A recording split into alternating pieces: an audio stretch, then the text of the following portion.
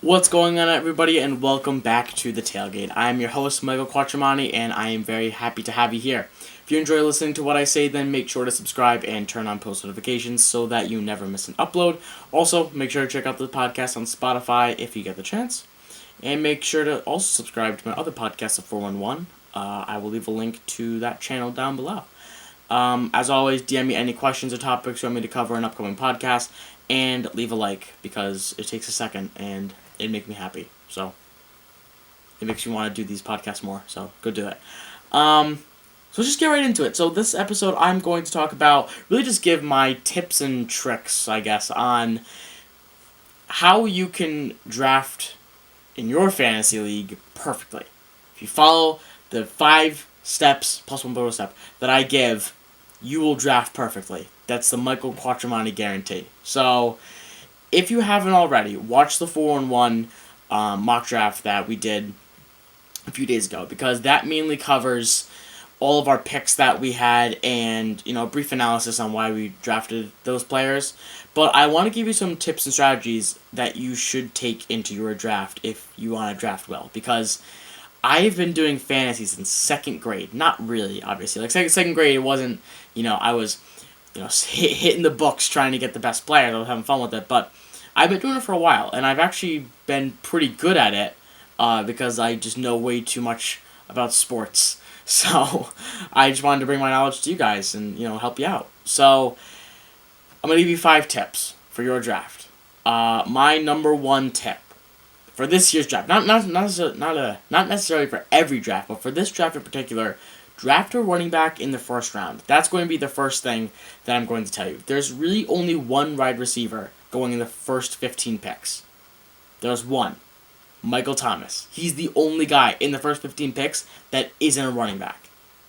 Which is crazy. He really should be picked anywhere from the 6th pick to this 8th pick. So if you have picks 6 through 8, you can consider drafting Thomas, but I would really go by who the prior picks were, obviously. But look, if you feel like you want to get Michael Thomas, he's the best wide receiver on the board, and he'll probably finish as the number 1 wide receiver this year too. So, shoot your shot. Personally, I would take a running back in the first round, and I would highly recommend for you to.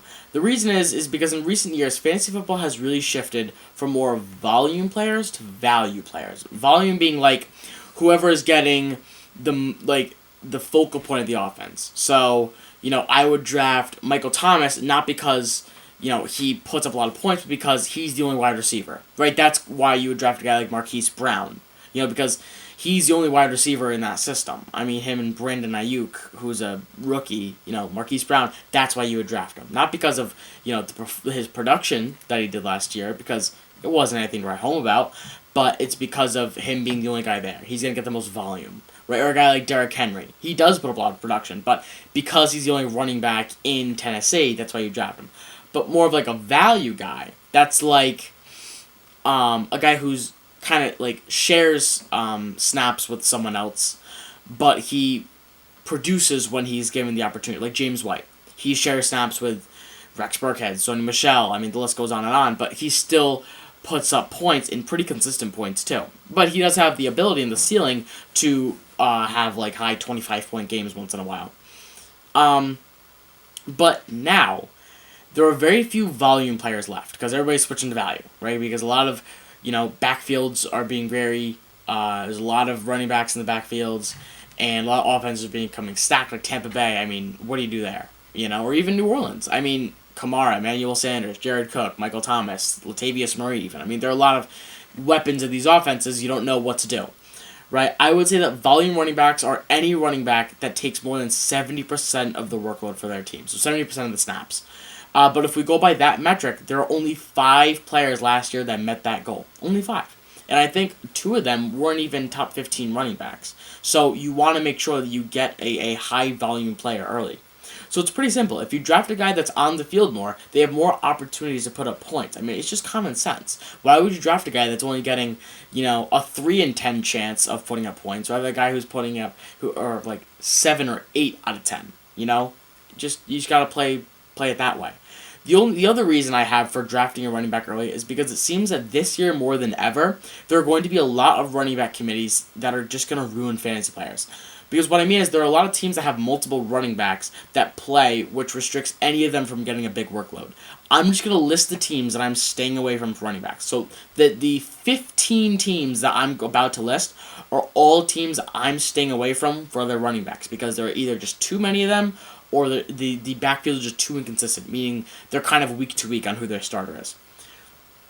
New England, Buffalo, Miami, Baltimore, Indianapolis, Denver, Raiders, Las Vegas, Washington, Green Bay, Chicago, Detroit, Atlanta, Tampa Bay, San Francisco, and the LA Rams.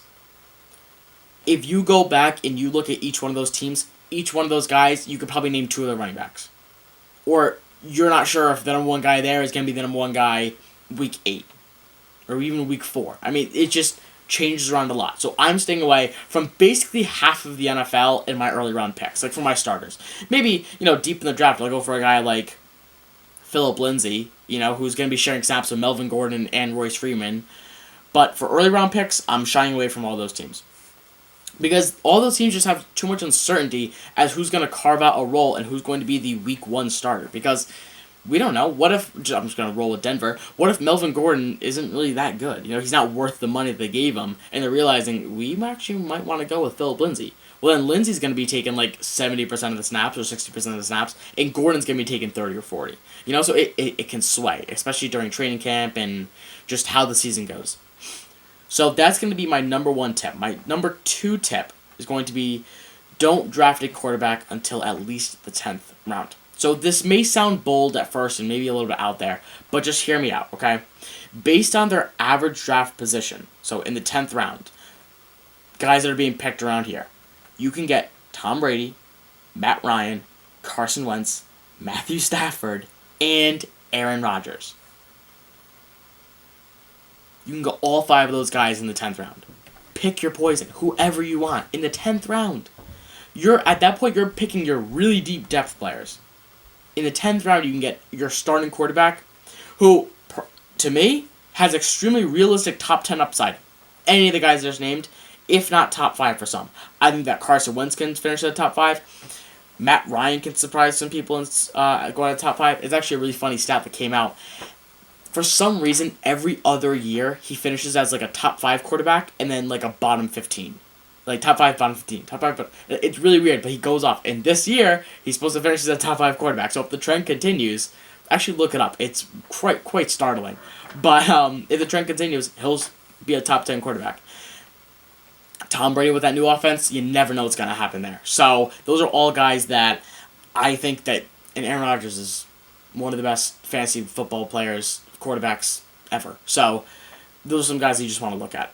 You can stack up on all of your other positions and still have a viable quarterback. That's the thing I really want you to understand. You also need to remember, the chances of picking up a good quarterback are a lot better than picking up a good running back. How many times can you tell me, except for Alvin Kamara 2 years ago, did you go into waivers and pick up a really good running back? Like a starter-worthy running back? It's not too many times. But you know who was a starter quarterback last year? Lamar Jackson. Just for the record, he wasn't drafted in any of my leagues last year. And I had 4 leagues. He wasn't drafted into any of them. So, maybe a guy like Daniel Jones or even Joe Burrow. A guy like that could really just pop off and be a top 3 quarterback. Probably not, but, it could happen. To me, I would stack up on depth positions so that if any of them perform well, you can trade them off for players that fit your team better. Let's say that you draft a ton of running backs, and you can only start 2, right? Or a flex for 3. So let's say 5 of them are really good. Trade 2 of them off for a really good tight end if you don't have a good one. I mean, I would just stack up your skilled positions, meaning like running back, wide receiver, tight end, rather than getting a quarterback, which you can get in later rounds, like I just said. So that's going to be my second tip. For my third tip, if I were you, I would target consistency over boom and bust. Nothing is more agonizing than watching a starter put up 4 points, right? You're feeling really good. This guy's got a really good matchup, right? He's facing a bottom 5 defense. Let's say it's Edelman. right? Edelman he's primed for a good game, right? They're facing Washington, and you start him, and he gets like 3 catches for 10 yards, right? Puts up 4 points, and then you get all pissed off, and you don't want to start him anymore, so you bench him the next week, and then he puts up 30. You're like, oh god, is that just the worst? Because to me it is. Having a player that you know will always have anywhere between 10 and 20 points is a luxury that is kind of a diamond in the rough in the NFL. That never happens. But there are some players that have that. Whether it's in later rounds or you can pick them up in a middle round and you'd rather start them consistently than play that boom or bust card that I just, told you. So I'll give you an example. Aaron Jones. He may look appealing, especially because of his 49-point performance last year. But when you see his 5 games under 8 points, it raises questions. That means that there is a 33% chance that Jones is going to bust and not put up 10 points, which is pretty bad. Having a guy like Kareem Hunt, who finished 6 out of 8 games with double digits points, is a lot more appealing. I would take 75% over 33% any day of the week, obviously. But here's the thing. You can get Kareem Hunt 6 rounds later than Aaron Jones. But you can really apply this logic to any player. Let's say you're in the draft and you're in the 5th round. Okay, that's when you're really drafting like your flex player, on average. And you're looking at 2 guys and you're like, who should I draft? And obviously there are many more components and variables that go into drafting a player. But let's say you're just looking at consistency or boom or bust. You look at the 2 players and say, okay, who is the more consistent guy? Who's the guy that I know week to week I can rely on to put up X amount of points, rather than, having to gamble and risk my week on this one player. You don't want to do that. I mean, you'd rather have a guy, like I said, put up 15 and you're happy about it.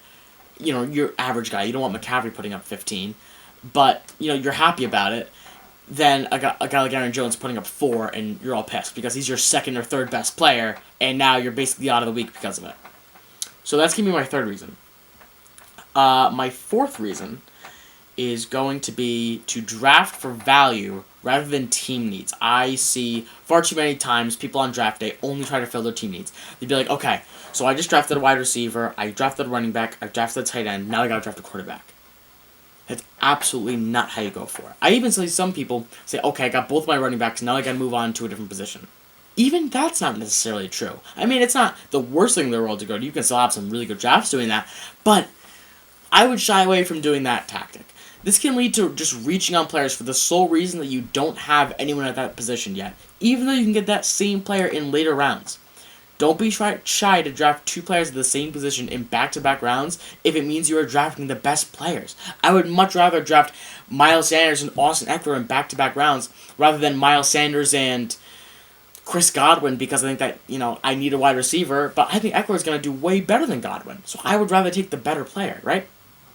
This obviously doesn't mean I'm advocating for you to spend your 6 out of your first 7 picks on just running backs. But don't be too fixated on the idea of just filling up your positions of need. Because the player that you are thinking of picking may be there in the next round if you just play your cards right and read the room. Or, if the 3 people in front of you have just drafted 4, they have 4 running backs on their roster and the guy you want as a running back, well then, odds are they're probably going to go for a separate position because they already have 4 running backs. That's contradictory to what I'm saying, but I mean, just because they have 4 running backs, not going to go for a 5th. I'm saying, just because you have 2, don't be too wary of picking a 3rd running back. That's kind of what I'm trying to say. Or I keep on saying running backs, but really any position. Wide receiver, not tight end or quarterback. Personally, I would draft 1 quarterback off the start because I think that quarterback is the deepest position in the NFL. I think that any given week, a quarterback can put up 25. But not any given week, any running back can, or any wide receiver can, or any tight end can. Definitely not tight end. Maybe wide receiver, but not running back. So, I wouldn't be too scared of the fact of just drafting 1 quarterback if it means that you're drafting running backs or wide receivers that you really like. Okay, so my 5th and kind of final reason is that I think you should be aware of what positions are being drafted. There are many trends that are happening in this draft, and that may sound weird, but much of the 1st and 2nd round, like I said before, is being dominated by running backs. Running backs are being picked early and often, and if you can, get yourself one in the 1st or maybe even 2nd round if you're if you get like Michael Thomas, get a running back in the second round. You should never draft 2 wide receivers in your first and second round unless you have like, I don't know, like you're a genie and you know what running backs are going to be good later. I don't know. The only 2 quarterbacks that should be going in the first 4 rounds are Lamar Jackson and Patrick Mahomes. If any other player is going if you're thinking of drafting any other quarterback in the first 4 rounds, I can assure you they'll probably be there in the 6th or probably even 7th or 8th round. Because Lamar Jackson and Patrick Mahomes are here. And everyone else is kind of right here. Maybe Dak Prescott's like here, but like everyone else is kind of here. So I would not pick a quarterback until, like I said, the 10th round. But if you really want to make sure that you have a very solid one, I would recommend like Russell Wilson, like the 8th round, not earlier, or maybe even late 7th round. But the tight end position is pretty much the same as the quarterback position. Kelsey and Kittle are going to go in the 3rd and 4th round, and there's a steep drop off after that. After that, it's like, I think the 3rd guy is Darren Waller. I could be wrong. But I wouldn't go for any tight end if it's not Kelsey or Kittle until the 5th or 6th round. Again, I would just shy away from that. Thing that I want you to take away most from this is just to stack up on running backs and wide receivers, because those are the positions that are going to get you points, and those are the positions that are going to run out the quickest. Except for tight end. But you can get a solid tight end late. Like, I picked Gronk in, like, the 11th round, and I'm happy with that. Jared Cook is also going in that arena. In that area. Hunter Henry is also being a late round pick. Those are all guys I would go for. Noah Fant, too. He might go undrafted in some leagues. He's going very late in rounds. I think that he is going to be a really good tight end this year. Jack Doyle, another guy that I said my other podcast, and the podcast I did prior about top 5 fantasy players to draft. Jack Doyle is the number 1 or number 2 target there in Indianapolis with a tight end favorite quarterback in Phillip Rivers. He loves targeting tight ends. He made Antonio Gates a Hall of Famer, and he made Hunter Henry a really good tight end. So Jack Doyle is going to have a really good time. The other Colts tight end, Eric Ebron, now in Pittsburgh. A little bit more of a loaded offense. You got Juju, James Conner, Deontay Johnson, Charles Claypool, I don't know. He's going to be there. You got a few more weapons in Pittsburgh, but I think Eric Ebron and Big Ben are going to have a really nice chemistry, and I think that he'll be good there. But off of that little tangent, I would just be aware of the new offenses that players are going to be in compared to last year. Like DJ Moore is now going to be catching passes from Teddy Bridgewater compared to Kyle Allen. Or that Larry Fitzgerald is no longer going to be the number 1 receiver in Arizona. It's DeAndre Hopkins, stuff like that, you know. Just don't say, oh, I'm picking Aaron Jones because of what he did last year. Well, what you need to remember is they also signed A.J. Dillon, who's supposed to come in and take a lot of the carries away from Aaron Jones, and you have to expect that Devontae Adams is going to do better than he did last year, and they signed Devin Funchess, another wide receiver, and they actually got some tight end, I can't think of his name, but like they're bringing in pieces, so it's going to take a little bit away from Aaron Jones. So don't draft just because of how they did last year, rather than what's favoring them for this year. Just always remember that who you pick on draft night doesn't necessarily need to be on your roster week 16. Don't be afraid to be aggressive and make trades and pick up players off waivers if you think they're going to be good. I am the biggest advocate for this. I tend to aggressively trade in fantasy, always trying to make sure I have the best all-around team. I trade like crazy. Like, after the draft, I didn't trade. After week 1, I didn't trade. But after week 2, I made some trades. I traded for Christian McCaffrey after week 2. I'm a very trade-frenzy person because I look at my team and I say, okay, where are the holes in my team? And right then, it was running back.